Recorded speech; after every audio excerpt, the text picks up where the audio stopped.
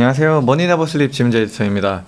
대선이 정말 코앞으로 다가왔습니다. 사전투표도 이미 시작된 만큼 본격적인 선택의 시간이 다가오고 있는데요. 또 누가 당선되느냐에 따라서 이 산업 전반에 나타날 변화도 굉장히 큰 만큼 또 투자자분들의 관심도 뜨거운 것 같습니다. 오늘은 또 김효식 애널리스트님 모시고 대선 이후 국내외 에너지 산업 전망에 대해서 함께 이야기 나눠보도록 하겠습니다. 연구원님 안녕하세요. 네, 안녕하세요. 삼성 액티브 자산운용의 김효식 매니저입니다. 네, 오늘 이제 에너지 산업 전망 대해서 살펴보기 전에 좀 본격적으로 그 양대 정당의 에너지 정책은 어떤 게 있는지부터 좀 알아봐야 될 것 같아요. 좀 후보자별 양대 정당별 공약의 주요 내용은 어떻게 되나요? 네, 일단 차이점부터 한번 말씀을 드리면 지금 표를 한번 보시면 되겠는데요. 일단 민주당 같은 경우에는 재생에너지가 중심이 되되 원자력을 병행하겠다라는 입장이고, 국민의힘은 반대입니다. 원자력이 중심이 되고 재생에너지를 병행하겠다. 그래서 사실 두 정당 모두 원자력과 재생에너지 투 트랙으로 간다는 건 동일한데, 민주당은 재생에너지에 좀 더 강조를 하는 거고, 국민의힘은 원자력을 강조하는 거다라고 보시면 될 것 같고요. 좀 더 구체적으로 가보면 이제 민주당 쪽에서는 아예 탄소 감축 목표까지 상향해서 재생에너지를 더 빨리 늘리자. 하지만 SMR 같은 원전도 필요한 것 같다라고 이제 인정을 하고 있는 상황이고, 국민의힘은 그 초기 보도 자료들 보시면 이제 원자력 비중을 60% 이상까지 올리겠다. 구체적으로는 뭐 대형 원전 35%, SMR 25% 이런 보도 자료들이 나오긴 했는데, 실제 공약집을 다운로드 받아서 읽어보시면 원자력의 발전 비중을 35%로 유지하는 가운데 SMR 등 신기술 개발을 적극 지원하고 재생에너지도 적극 활용하겠다. 그래서 국민의힘 쪽의 정책은 원전 비중을 늘리는 건 맞는데, 뭐 극단적으로 60%까지 올린다기보다는 원자력을 늘리는 가운데 재생에너지나 천연가스도 조화롭게 활용하겠다 정도로 이해하시면 좋을 것 같고요.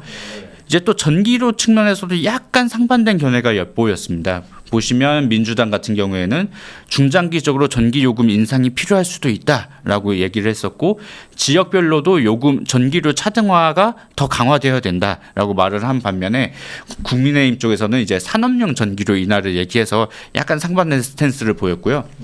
이제 공통점으로는 양당 모두 석탄 발전소는 하루라도 더 빨리 폐쇄하고 싶다. 이건 공통점이었고, 또 전국을 가로지르는 에너지 고속도로, 그러니까 고압 송전망은 양당 모두 필요하다라고 말하고 있는 상황입니다. 이렇게 되면은 이 양당별로 좀 이 정책에 따른 수혜 산업이나 종목 같은 것들도 혹시 있을까요? 네, 일단 뭐 재생에너지가 뭐 부각을 받게 된다고 하면 대표적으로 뭐 태양광에서는 하나솔루션이나 현대에너지솔루션, OCI홀딩스 같은 업체들이 좀 대표적일 것이고, 풍력 쪽에서는 CS 윈드나 SK오션플랜트, 뭐 CS 베어링 이런 종목들이 있겠고요.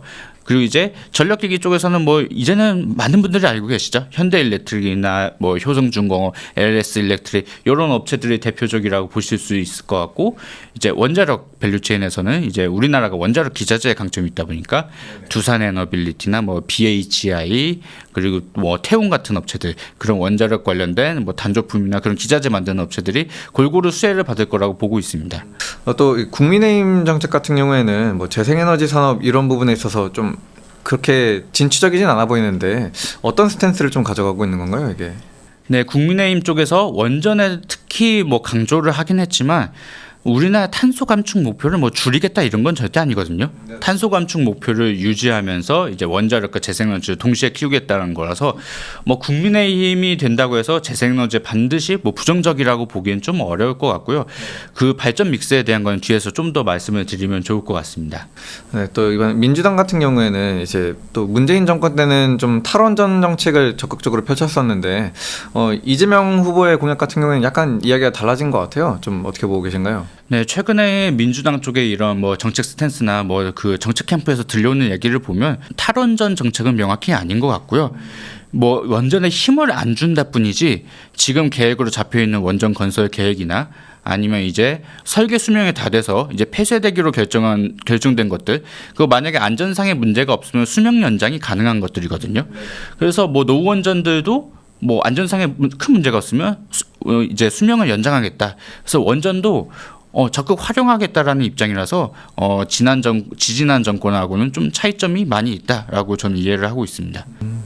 또 이 원자력 얘기에서 조금 이어가 보면은 이 미국 주식 쪽에서는 또 최근에 이 뭐 SMR 같은 것들이 되게 핫한 키워드로 막 떠오르기도 했었는데, 또 특히 최근에 그 트럼프 대통령이 이 원전 개발과 관련해서 또 행정명령에 서명을 하기도 했잖아요.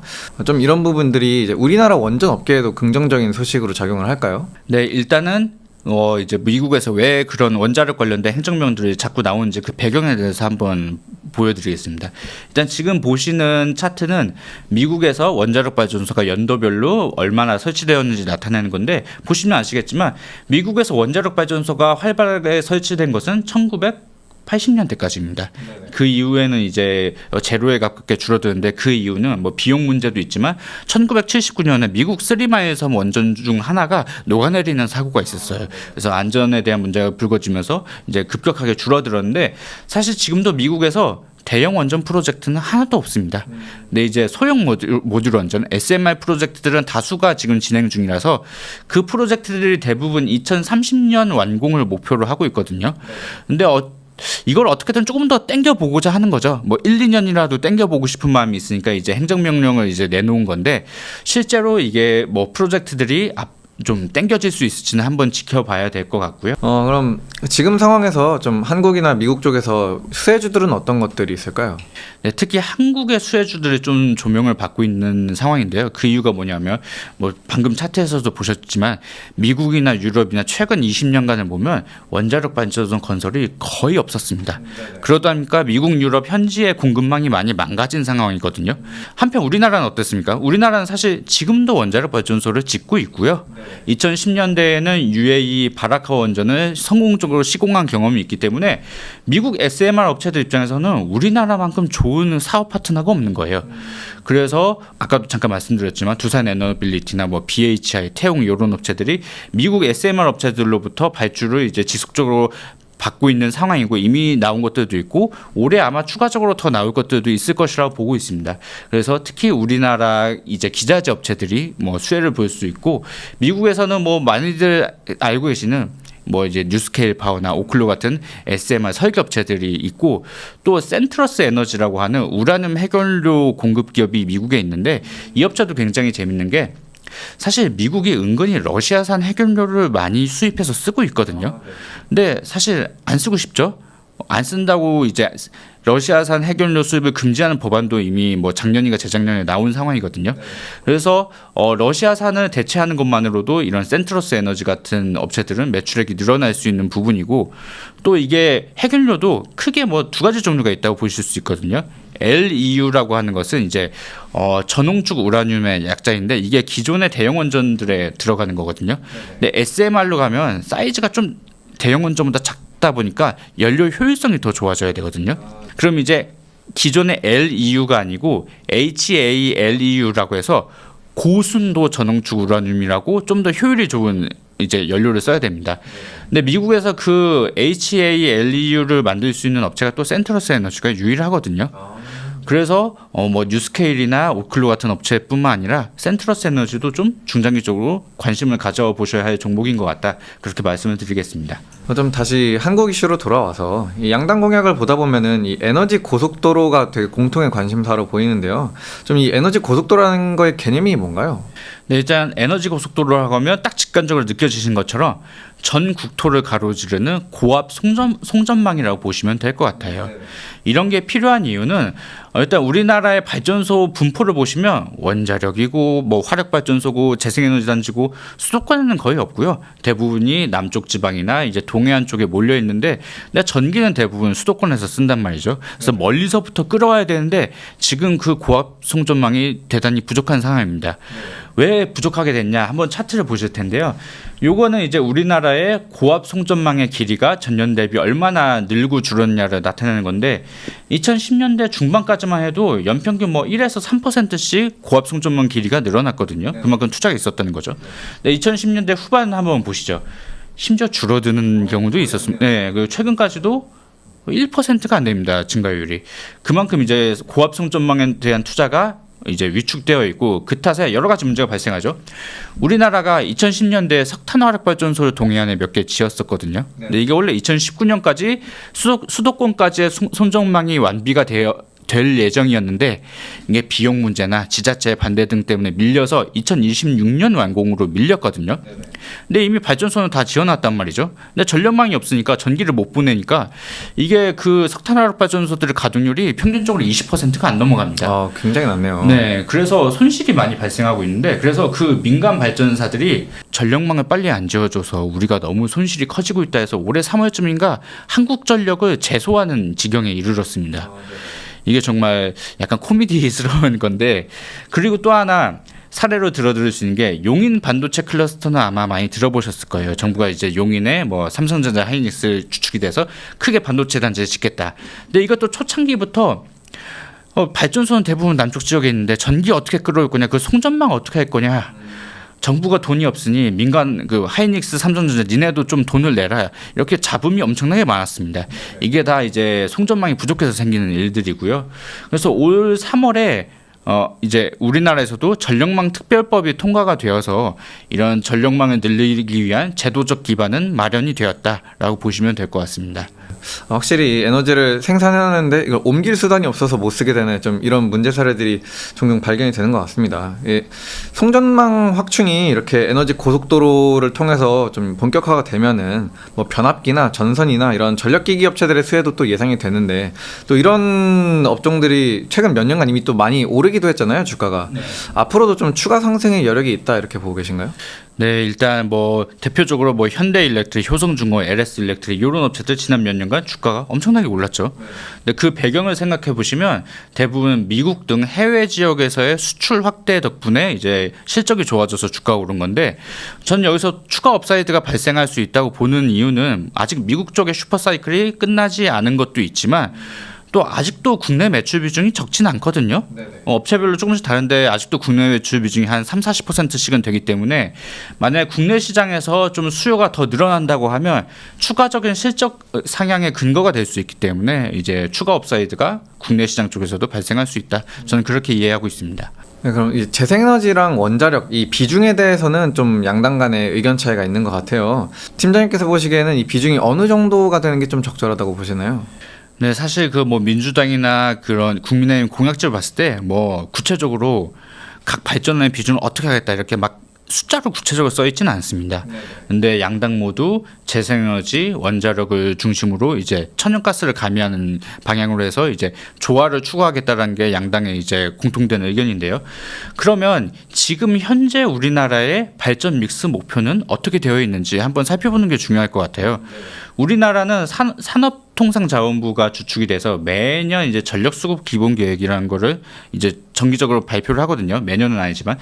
그래서 가장 최근에 나온 게 올해 2월에 제11차 전력수급 기본계획이 나온 게 있는데 여기서 2038년까지의 발전 믹스 목표가 있습니다. 한번 차트를 보시겠는데요. 일단 2024년 최근 상황은 어떻게 됐나 보시죠. 2024년에 우리나라의 총 발전량은 한 596테라와트시 정도 되는데 이 비중을 보시면 신재생 에너지가 10.6%, 원자력이 31.7%로 가장 많고 천연가스와 석탄이 각각 28%입니다. 석탄이 아직도 굉장히 많죠. 근데 이게 이제 11차 전기본에서 2030년 목표는 어떻게 되는지 한번 보시면 신재생에너지가 21.7%로 비중이 한 2배 정도 늘어날 것으로 이제 목표를 하고 있고 원자력은 31.8%로 현 비중이 유지된다라고 이제 목표를 잡고 있고요. 천연가스는 28%에서 25%로 비중이 조금 줄어들고 이제 석탄은 28%에서 17%로 좀 확 줄이겠다라는 이제 생각입니다. 그리고 그 기간 동안에 발전량은 한 연평균 한 1.3% 증가할 것이라고 가정을 했고요. 그럼 이제 2030년 말고 2038년까지 더 먼 미래의 목표를 한번 보시겠습니다. 맨 오른쪽이 이제 막대인데 2038년 발전량은 한 705테라와트시로 2030년 대비 연평균 한 1.2% 증가할 것이라고 이제 가정을 넣어놨고요. 이때 보시면 신재생 에너지 비중이 33%로 또 크게 확대되는 것을 보고 있고 원자력도 보시면 2030년 목표가 31.8%였는데 35.2%로 이제 늘어나는 걸로 왜냐하면 그때쯤 되면 지금 건설되고 있는 원자력 발전소 신규로 이제 완공되는 것들이 있어요. 그래서 이제 원자력 비중도 35%로 늘어나고 천연가스랑 석탄은 10% 비중으로 줄어든다.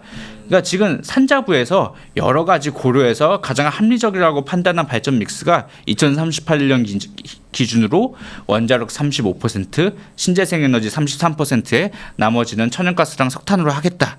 이게 지금 산자부에서 보고 있는 믹스라고 보시면 될 것 같습니다.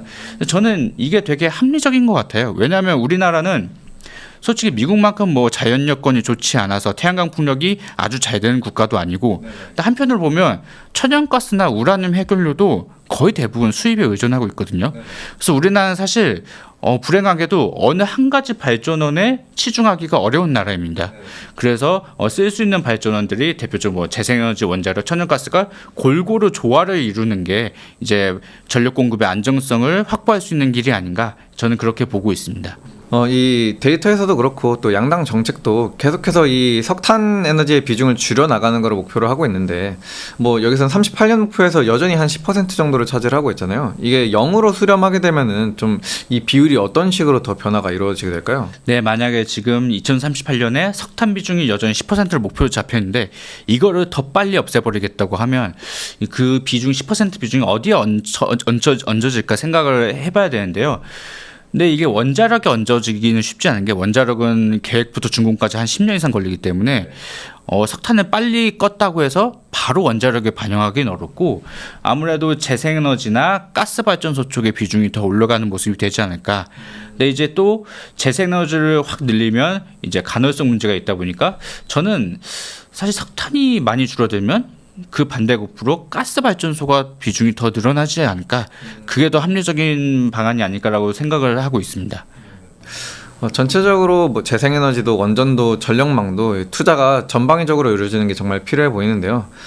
특히 우리나라 에너지 산업 같은 경우에는 이 한국전력을 빼놓을 수가 없잖아요. 가장 핵심적인 투자 주체라고 할 수 있는데, 좀 투자 재원은 지금 충분하게 마련되어 있는 건가요? 네, 그게 또 사실 굉장히 어려운 문제인데, 사실 우리나라 같은 경우에는 전력망 구축의 이제 책임이 한전에 있죠. 한전이 주체가 되어서 전력망을 이제 구축해 주어야 되는데 재원이 충분한 상황은 아니죠. 한번 지금 상황이 어떤지 한전의 재무 상태를 이 차트에서 한번 보시겠습니다. 지금 보시는 차트는 한국전력의 2017년 1분기부터 작년 4분기까지의 분기별 영업이익, 이자 비용, 그리고 이자 발생 부채를 나타낸 건데, 2021년 초에 한전의 이자 발생 부채가 한 74조 원이었거든요. 작년 말 기준으로 한 136조 원으로 거의 이자 발생 부채가 2배 가까이 늘어났죠. 네. 그에 따라서 2021년만 해도 분기 이자 비용이 한 0.5조 원 정도 됐거든요. 근데 지금은 분기별로 이자 비용이 한 1.2조 원 정도 나갑니다. 이자 비용이 거의 뭐 한 더블 넘게 늘어났죠. 그러다 보니까 한국전력이 최근 몇 개 분기 계속 흑자가 한 1에서 3조 원씩 영업이익 흑자가 나고 있거든요. 그럼에도 불구하고 저 검은색 선 보시면 저기 부채인데 이자 발생 부채가 줄어들지가 않아요. 네, 줄어들지가 않는 상황이고, 근데 한국전력이 저렇게 이자 발생 부채가 크게 늘어난 배경을 한번 좀 살펴보면, 뒤에서 더 말씀드리겠지만 2010년대 중반부터 이제 좀 가정용 전기료가 왜 떨어졌는지 모르겠는데 가정용 전기료가 하락하면서 부채가 슬금슬금 오르기 시작했거든요. 왜냐하면 전기료가 싸지면 당연히 실적이 안 좋아지니까요. 그리고 그러다가 이제 2022년에 우크라이나 러시아 전쟁 터지면서 가스 가격이 미친 듯이 한번 뛰었지 않습니까? 그러면서 적자가 저기 파란색 막대가 영업이익인데 적자가 엄청나게 늘어났죠. 그러면서 부채가 쫙 늘어난 거예요. 근데 우리나라가 정치적 문제 때문에 비용이 증가한다고 전기료에 바로 반영을 못했지 않습니까? 그래서 이 늘어난 부채가 지금 줄어들지가 않는 상황이다.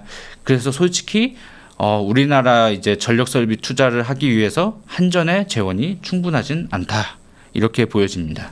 네, 좀 이 부채 문제 어쨌든 해결을 하고 가야 되는데, 그렇다고 이거를 뭐 재원을 충당하자고 막 뭐 국채를 마냥 찍고 뭐 이럴 수도 없잖아요. 이게 좀 다른 적절한 대안이 필요한 것 같은데, 일단 민주당 측에서는 좀 중장기적으로 전기료를 인상하고 또 지역별로 전기료를 차등을 두겠다, 뭐 이런 공약도 제시를 했는데, 이에 대해서는 좀 어떻게 보고 계신가요? 네, 그래서 사실 우리나라의 전기료가 어느 정도 수준이 적절한지에 대한 것은 많은 논란이 있고, 제가 함부로 얘기할 수 있는 부분이 아니고 심도 있는 이런 각계각층의 연구가 필요한 부분이긴 한데 한번 미국 전기료 수준하고 비교해서 어느 정도인지 대충 감을 잡아보면 좋을 것 같습니다.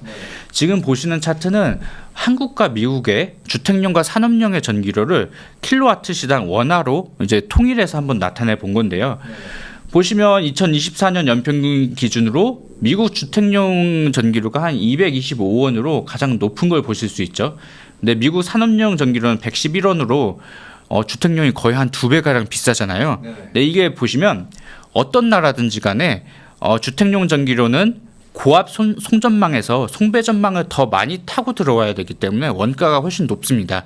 그래서 이론적으로 주택용 전기료가 산업용보다 높은 게 정상이거든요. 사실 우리나라도 2010년대 초반까지만 해도 저기 파란색 선이 이제 우리나라 주택용 전기료고 연두색이 산업용인데 보시면 우리나라도 원래 네, 주택용이 훨씬 비쌌었습니다. 그런데 2010년대 중반부터 보시죠. 한국의 산업용 전기료는 횡보하는 가운데 희한하게 주택용 전기료만 이렇게 떨어지죠. 그래서 급기야는 2010년대 후반에 보시면 한국의 산업용과 주택용 전기료가 거의 동일한 수준으로 갑니다. 그러다가 2022년경부터는 이제 가스 가격 너무 오르고 부담이 커지니까 같이 올라요. 한국의 주택용, 산업용 같이 올라가는데 보시면 산업용 전기료 상승폭이 더 커서 2024년 기준으로 한국 산업용 전기료가 한 168원으로 주택용 157원보다 한 7% 정도 더 비싸거든요. 이게 사실 이론적으로는 조금 설명하기 어렵죠. 왜냐하면 원가가 높은 주택용이 더 저렴하다. 이게 좀 말이 안 되는데 그래서 한국의 산업용 전기료가 지금 미국 산업용보다 한 50% 가까이 비싼 상황이 됐습니다. 그래서 아마 이런 것 때문에 이제 국민의힘 측에서는 산업용 전기료 인하가 필요하다라고 얘기를 하는 것일 텐데, 근데 한번 생각해 보면 이게 산업용 전기료가 과도하게 높게 매겨진 게 아니고 주택용이 너무 낮게 매겨진 건 아닐까? 이렇게 해도 생각을 해볼 수가 있거든요. 그렇게 생각하는 이유 중 하나가 우리나라는 전기료 산정 시에 그 전력망 비용을 반영하기는 하는데 그 미국 같은 경우에는 전력망 혼잡 비용이라고 해서 이제 전력 피크 시간에 병목이 걸리는 것들 그런 종합적인 혼잡 비용을 다 계산을 해서 전기료에 반영을 하거든요. 근데 우리나라는 그 전력망 혼잡 비용이 제대로 전기료에 반영이 안 되고 있거든요. 그래서 사실 전력망 혼잡은 특히 그 주택용 쪽에서 말단에서 많이 발생을 하는데 이런 혼잡 비용을 제대로 반영하면 그러니까 미국하고 동일한 기준과 방법을 적용해서 전기료를 다시 산정해 보면 어쩌면 주택용 전기료가 지금보다 훨씬 더 많이 올라야 될 수도 있습니다. 그리고 산업용 전기료도 사실 우리나라 산업용 전기료 대부분 이제 수도권에서 발생을 하는데 수도권이 발전소들과 거리가 멀잖아요. 그럼 여기도 또 이제 전력망 혼잡 비용을 감안하게 되면 수도권의 산업용 전기료는 더 올라가야 될 수도 있습니다. 그래서 사실 저는 산업용이고 주택용이고 우리나라 전기료는 제대로 이제 원가 반영하면 둘 다 올라갈 가능성이 높지 않나 저는 그렇게 보고 있는 상황입니다. 그러면은 이 투자자분들께서 참고하실 만한 좀 이런 에너지 산업에 투자하는 ETF들은 좀 어떤 게 있을까요? 네, 먼저 그 국내 증시에 상장된 국내 주식형 ETF들을 한번 살펴볼 텐데요. 제가 국내 증시에서 이제 에너지나 전력, 원자력 관련 키워드를 갖고 있는 이제 주식형 ETF들을 쭉 이제 나열해 봤는데요.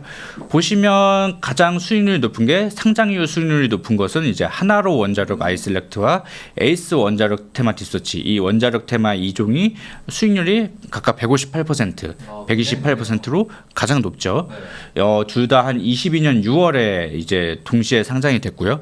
그 다음으로 수익률이 높은 게 코덱스 신재생 에너지 액티브가 98%로 이제 수익률이 높은데 요거는 21년 5월에 이제 출시된 상품으로 나름 괜찮은 성과를 계속 이어오고 있다라고 보시면 될 것 같고 그리고 대부분의 뭐 전력 설비 관련된 이런 ETF들이 뭐 상장이랑 다 조금씩 다르긴 한데 나름 다 괜찮은 성과를 이어가고 있다라고 보시면 될 것 같습니다. 좀 한 가지 주목되는 게 이 비슷한 시기에 상장한 ETF 중에서는 좀 액티브 ETF가 더 좋은 성과를 보여주고 있는 것 같아요. 이 2011년에 상장한 ETF들 패시브는 거의 대부분 성과가 그렇게까지 좋게 나오진 않는 것 같은데 좀 액티브만 이렇게 유독 성과가 좋게 나오는 이유가 있을까요? 네, 지금 보시면 코덱스 신재생 에너지 액티브가 21년 5월이고 이제 타임폴리오 K 신재생에너지가 21년 10월 그리고 타이거 FN 신재생에너지, 하나로 FN 친환경에너지가 21년 각각 3월, 4월 다 21년에 상장된 ETF들이거든요. 근데 보시면 그 액티브 2종 코덱스 신재생에너지랑 타임폴리오 신재생에너지 액티브는 그래도 수익률이 두 자릿수 이상 되는데 이제 밑에 패시브형은 타이거는 9%, 하나로는 이제 마이너스 39%로 좀 차이가 많이 나죠. 그 원인은 결국 이 에너지 산업이란 게 정책 변화에 따라서 되게 명암이 많이 갈리지 않습니까? 이 IRA 그 수정된 것도 보면 갑자기 이제 수정안이 나오면서 주택용하고 유틸리티용 태양광 업체 명암이 확 갈려버리지 않습니까? 이런 식으로 정책 변화에 따라서 변화가 너무 많기 때문에 액티브 ETF는 보다가 매니저가 이거 아닌 것 같다 싶으면 빨리 빼버리고 뭐 넣기도 하고 좀 유연하게 대응이 되는데, 패시브 ETF는 사실 리밸런싱을 자주 해도 분기에 한 번이거든요. 그리고 뭐 이제 자의적으로 종목을 넣었다 뺐다 하기가 힘들기 때문에 이러한 변화무쌍한 정책 환경 속에서 좀 대응하기가 어렵지 않았나 그렇게 생각을 하고 있습니다. 그럼 좀 이 해외 주식형 ETF로는 어떤 게 있을까요?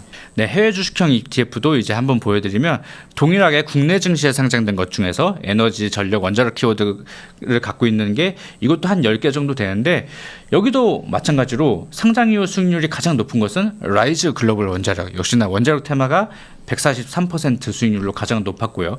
그 다음으로 수익률이 높은 게 코액트 글로벌 친환경 전력 인프라 액티브가 24년 1월 한 1년 반이 조금 안 됐네요. 상장된 지 57% 수익률로 이제 견조한 모습을 나타내고 있습니다. 여기서도 액티브형의 강세가 조금 엿보이는 상황이고요. 그리고 그 외에도 솔 미국 AI 전력 인프라나 코덱스 미국 AI 전력 핵심 인프라, 타이거 글로벌 AI 전력 인프라 액티브가 다 24년 하반기에서 이제 상장된 건데 다 수익률이 20에서 40% 사이로 견조한 모습을 나타내고 있습니다. 이건 역시 미국이나 유럽의 이 전력 인프라 산업이 워낙 호황을 이루다 보니까 뭐 패시브형이고 액티브형이고 할 것 없이 대부분 수익률이 괜찮은 편이다라고 이해하시면 될 것 같은데요. 그런데 아까 질문하신 것처럼 21년도 뭐 22년도에 출시한, 그러니까 좀 예전에 출시된 이런 에너지 테마 ETF들 밑에 보시면 수익률이 마이너스인 것들이 있는데, 이건 방금도 말씀드렸지만 그 몇 년 사이에 정책 변화가 정말 많았기 때문에 패시브 ETF 쪽에서는 그런 것들을 좀 대응하기가 어렵지 않았나 그렇게 생각을 하고 있습니다. 머니네버슬립 뉴스레터와 네이버 프리미엄 콘텐츠 지금 바로 구독해보세요.